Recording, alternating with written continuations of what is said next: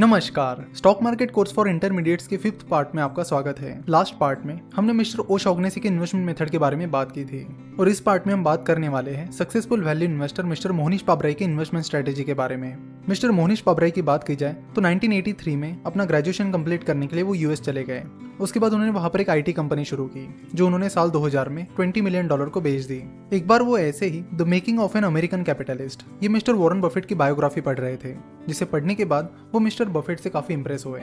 उसके बाद उन्होंने मिस्टर बफेट अपने शेयर होल्डर्स को जो लेटर्स लिखते हैं वो पढ़ने लगे, जिसके बाद उनके इन्वेस्टमेंट में रुचि बढ़ने लगी और वो स्टॉक मार्केट में इन्वेस्ट करने लगे। फिर उन्होंने एक हेज फंड शुरू किया जिसका नाम है पाबराई इन्वेस्टमेंट फंड। जब ये हेज फंड उन्होंने शुरू किया तब वो $1 मिलियन मैनेज करते थे और अपनी इन्वेस्टमेंट सक्सेस के बाद अब वो $1 बिलियन मैनेज करते हैं। मिस्टर मोहनीश पाबराई उन बिजनेसेस में इन्वेस्ट करना पसंद करते हैं जो उन्हें समझते हैं और उन्हें सिंपल लगते हैं। मिस्टर मोहनीश पाबराई का कोई डायरेक्ट इन्वेस्टमेंट फॉर्मूला नहीं है। वो क्वांटिटेटिव चीजें यानी फाइनेंशियल स्टेटमेंट्स और फाइनेंशियल रेशियोज पर भी उतना ही फोकस करते हैं जितना क्वालिटेटिव फैक्टर्स जैसे कि कंपनी का मैनेजमेंट, उसके कंपीटिटिव एडवांटेजेस, उसकी प्रोडक्ट क्वालिटी और सर्विस इन पर करते हैं। वो मेनली 3 चीजों पर फोकस करते हैं: डेट, मैनेजमेंट और कंपीटिटिव एडवांटेज। वो देखते हैं कि कंपनी का डेट कितना है। उनके अनुसार ज्यादातर कंपनीज इस वजह से फेल हो जाती है क्योंकि वो बहुत ज्यादा डेट ले लेती है। तो जो कंपनीज बहुत ज्यादा डेट लेती है उनमें मिस्टर पाबराई इन्वेस्ट करना पसंद नहीं करते हैं। उसके बाद वो फोकस करते हैं कंपीटिटिव एडवांटेज पे, यानी उस कंपनी के पास कंपीटिटिव एडवांटेज है या नहीं। अगर कल जाके कोई बड़ा कंपटीटर उसके खिलाफ आ जाता है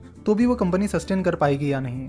अगर कंपनी के प्रोडक्ट या सर्विसेज में कुछ ऐसी चीजें हैं जो कि कंपटीटर कंपनीज में नहीं है तो वो कंपनीज लॉन्ग टर्म में अच्छा परफॉर्म कर सकती है। इसलिए कंपीटिटिव एडवांटेज, जिसे कंपीटिटिव मोड भी कहा जाता है, उस पर वो काफी ज्यादा फोकस करते हैं। नेक्स्ट चीज जिस पर मिस्टर पाबराई फोकस करते हैं वो है मैनेजमेंट। वो देखते हैं कि कंपनी का मैनेजमेंट कैसा है। हम देखते हैं कि कई बार कंपनीज के फाइनेंशियल स्टेटमेंट स्ट्रांग होते हैं, कंपनी की बाकी सारी चीजें भी स्ट्रांग होती है, बट कंपनी का मैनेजमेंट फ्रॉड होने की वजह से वो कंपनी दिक्कत में आ जाती है और ये इंडिया में काफी कॉमन प्रॉब्लम है। तो वो देखते हैं कि कंपनी का मैनेजमेंट ऑनेस्ट और एबल है या नहीं।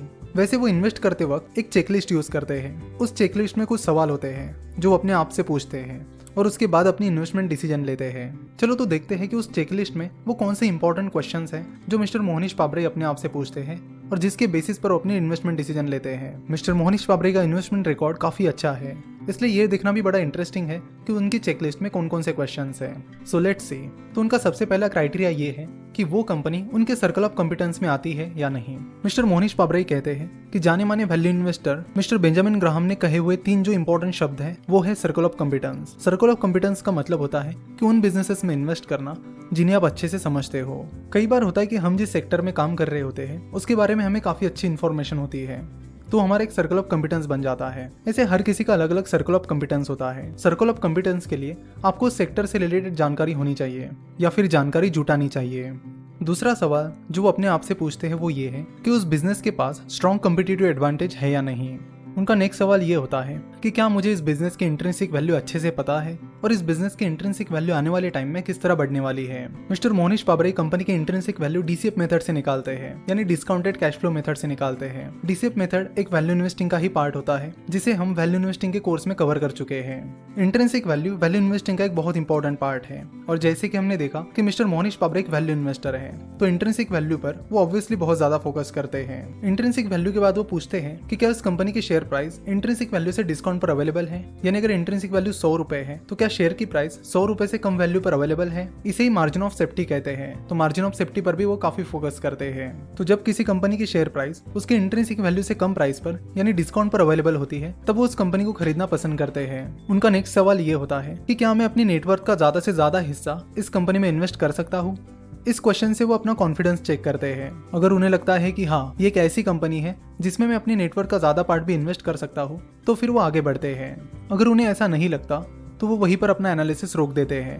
उसके बाद उनका सवाल ये होता है कि क्या इस कंपनी की डाउन साइड लिमिटेड है या नहीं। अगर डाउन साइड बहुत ही कम और लिमिटेड है तो वो आगे बढ़ते हैं। और अगला मेन सवाल वो ये पूछते हैं कि कंपनी का मैनेजमेंट ऑनेस्ट और एबल है या नहीं। अगर कंपनी का मैनेजमेंट ऑनेस्ट और एबल है तो वो एवरेज कंपनी को भी अच्छी कंपनी बना सकते हैं। वही अगर कंपनी का मैनेजमेंट अच्छा नहीं है तो एक अच्छी कंपनी को भी एवरेज कंपनी बना सकते हैं। इसलिए एबल और ऑनेस्ट मैनेजमेंट पर वो फोकस करते हैं। तो ये वो 7 इंपॉर्टेंट सवाल है जो मिस्टर मोहनीश पाबराई अपने आप से पूछते हैं। इसके अलावा और भी कुछ सवाल हैं जिन पर वो फोकस करते हैं। सो अगर आपको मिस्टर मोहनीश पाबराई की इन्वेस्टमेंट स्ट्रेटेजी फॉलो करनी है तो ये 7 सवाल आप भी अपने आप से पूछ लीजिए और साथ ही आप डेट, मैनेजमेंट और कम्पिटिटिव एडवांटेज पर बहुत ज्यादा फोकस कीजिए। तो आशा करता हूँ कि आपको मिस्टर मोहनीश पाबरे की इन्वेस्टमेंट स्ट्रेटेजी समझ में आई होगी। नेक्स्ट पार्ट में हम ऐसे ही सक्सेसफुल इन्वेस्टर की स्ट्रेटेजी के बारे में बात करेंगे।